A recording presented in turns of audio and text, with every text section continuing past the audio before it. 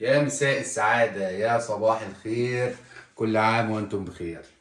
ان شاء الله النهاردة معانا مساحة صغيرة جدا جدا جدا، استغلال مساحات غير متوقع نهائيا. تنظيم وترتيب مطبخ، ما كانش مطبخ، كان علبة كبريت. حاجة بسيطة جدا. أنا على نفسي أنا متفاجئ، بسم الله ما شاء الله، من الوضع. هتشوفوا عظمة، هتشوفوا إبداع، هتشوفوا حاجات مش هتتخيلوها في مساحة صغيرة جدا. معانا العرض متر وستين سنتي، معانا الطول 3 متر. قدرنا ان احنا ندخل معانا التلاجة، قدرنا ان احنا نعمل نيش، قدرنا ان احنا ندخل طبعا البوتاجاز، قدرنا ان احنا يبقى معانا حوض على مساحة كبيرة متميزة. المطبخ لعند السقف ما شاء الله، معانا دولاب نظافة، معانا شغل كتير قوي قوي داخل المطبخ الصغير جدا اللي ما كانش مطبخ. ولكن طبعا العمليه بتاعتنا كانت واثقه فينا كل الثقه، وقالت هتقدروا تصنعوا لي من الحاجه الصغيره ديت كل المستخدمات اللي انا جايباها. وانا جايبه حاجات كتير، ومش هينفع ان انا احط حاجه يمين او شمال او فوق الدولاب او تحت السرير والحاجات اللي احنا بنسمعها دي. فالحمد لله هتشوف معانا دلوقتي حاجه تشرفكم. قبل ما كده صحيح عايز اشرح لكم ان المطبخ ما كانش على الوضع ده. كان حصل معانا تعديلة بسيطة. كان معانا الحوض في المنطقة دي طبعا حوض رخام كالعادة. طبعا عرايسنا وعرساننا بيستخدموا الرخام قبل ما يجي، وبنيجي نلاقي حاجات مش تصر يعني. فكان الرخامة بادئة من هنا لعند الباب، بداية الباب، طبعا لعند عمق 60 سنتي على المساحة دي. يعني البوتاجاز المفروض برضو ان هو هيبقى هنا على التصميم بتاع الوضع اللي كان موجود. يعني الحوض هنا والبوتاجاز هنا، واللي هيشتغل اللي هيعرف طبعا يفتح البوتاجاز تحت، تمام، ولا هيعرف يقف اصلا علشان يبدا ان هو يشتغل في المنطقه دي. طلبنا من عريسنا ان احنا يدينا الصلاحيات ان احنا نبدا نعدل في السباكه، وبالتالي نقلنا الحوض في المنطقه دي، تمام، على الرغم ان كانت السباكه معانا هنا. طيب حلينا المشكله دي ازاي؟ هنا السباكه بتاعتنا ان شاء الله،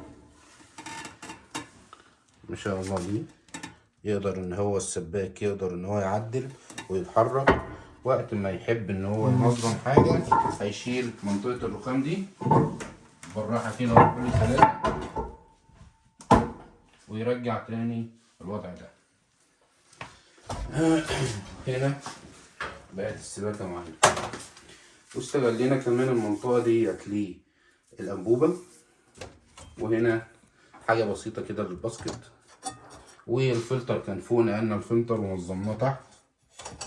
يبقى دي كانت منطقة السباكة البسيطة، تمام. طبعا حلة كبيرة ما شاء الله، تقدر ان هي تكون بعيد عن البوتاجاز وقت الغسيل وقت النظام ده. هنا معانا ركنة كبيرة كاستخدام تنظيم وتخزين جميل جدا. معايا برضو في الجزء ده استخدام كبير، ركنية تانية ما شاء الله.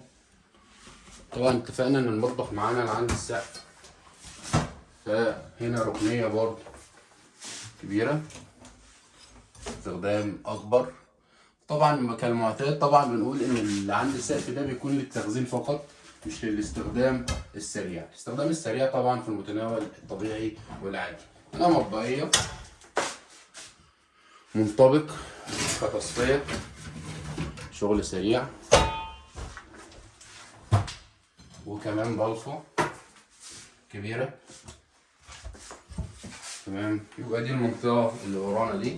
هنا ما شاء الله بقى فوق، عندي فوق 3 أماكن للتخزين، تخزين كبير وعميق ما شاء الله. وانا مش عارف اصور. والله والفنان بتاعنا مش عارف يصور، الدنيا بايظة خالص بصراحة. ولكن احنا بنعشق استغلال المساحات. هنا طبعا طلبنا برضو من عريسنا ان الشباك ده كان في اللي عند فوق، ما كانش في المنطقة دي خالص. يعني هو كان بادئ من هنا لفوق. فطبعا عشان نستغل المساحة على قد ما نقدر، طلبنا الشفاط المسطح، عملنا الشباك السيمبل البسيط ده، وطبعا فتحة الازاز بتاعتنا طبيعية والشغل كله طبيعي. الشباك حبوه ان هما يستخدموه، هيفتحوا تمام وهيبقى الشغل على الهادي.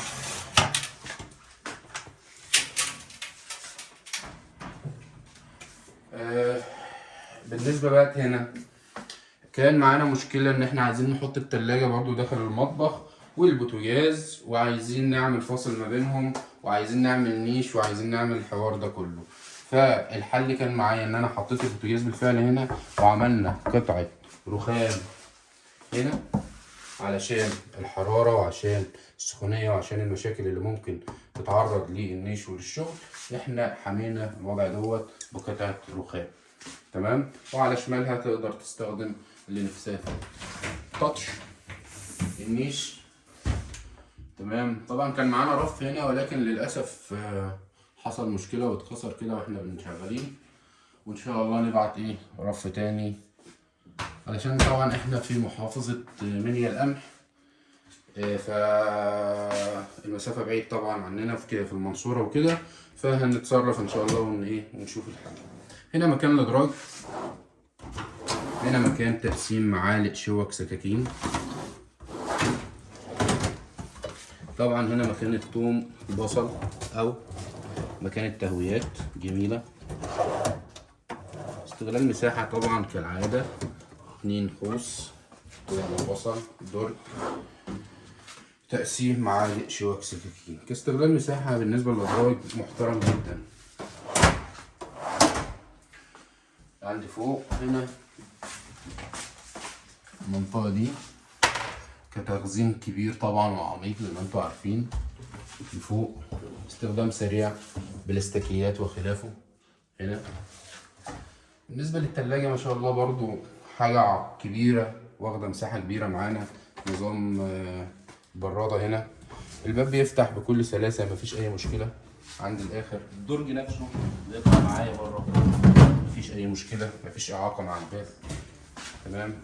طبعا كل التفاصيل دي مهمة جدا ان احنا نخلي بالنا منها. بعد ما خلصنا التصميم ده طلبت مننا عروستنا مكان للنظافة، فاشتغلنا على المنطقة دي برضو كدولاب للنظافة.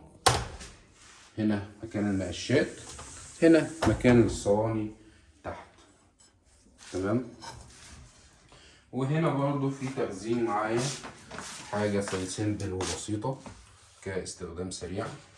طلبت مننا برضو رخامة تكون معانا هنا، رخامة طايرة، وطبعا استغليناها معانا زي ما شرحنا في السباكة من تحت ان احنا نغطي المشاكل كلها. ومكان الانبوبة، هو بس المشكلة ان احنا كان معانا ترول هنا للانبوبة ان هي تطلع وتخش معانا وكده، ولكن الحلة عميقة زيادة عن اللازم، فاضطرينا ان احنا نستغنى عن الترول.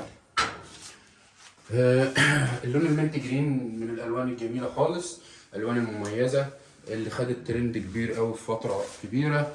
ان شاء الله الليدات هنا كاضاءه حاجه كبيره برضه، حاجه كويسه جدا. ما حبيناش ان احنا نلعب في الاضاءه كتير هنا، لان المكان زي ما انتم شايفين مش محتاج لعب كتير، محتاج حاجه تكون سيمبل وبسيطه. وده كان مطبخنا الجميل قوي قوي قوي اللي ارهقنا جدا، ولكن في الاخر طبعا كالعاده بنكون مبسوطين ومبهورين احنا شخصيا من التفنيش الجميل والمتميز ده. بحبكم في الله، ولو عجبكم المطبخ الجميل السيمبل البسيط ده سيبوا لنا تعليق جميل يفرحنا. كل عام وانتم بخير، بحبكم في الله. كنتم مع رامي سليمان صاحب مؤسسه رامي لجميع عمل رامي والبي سي.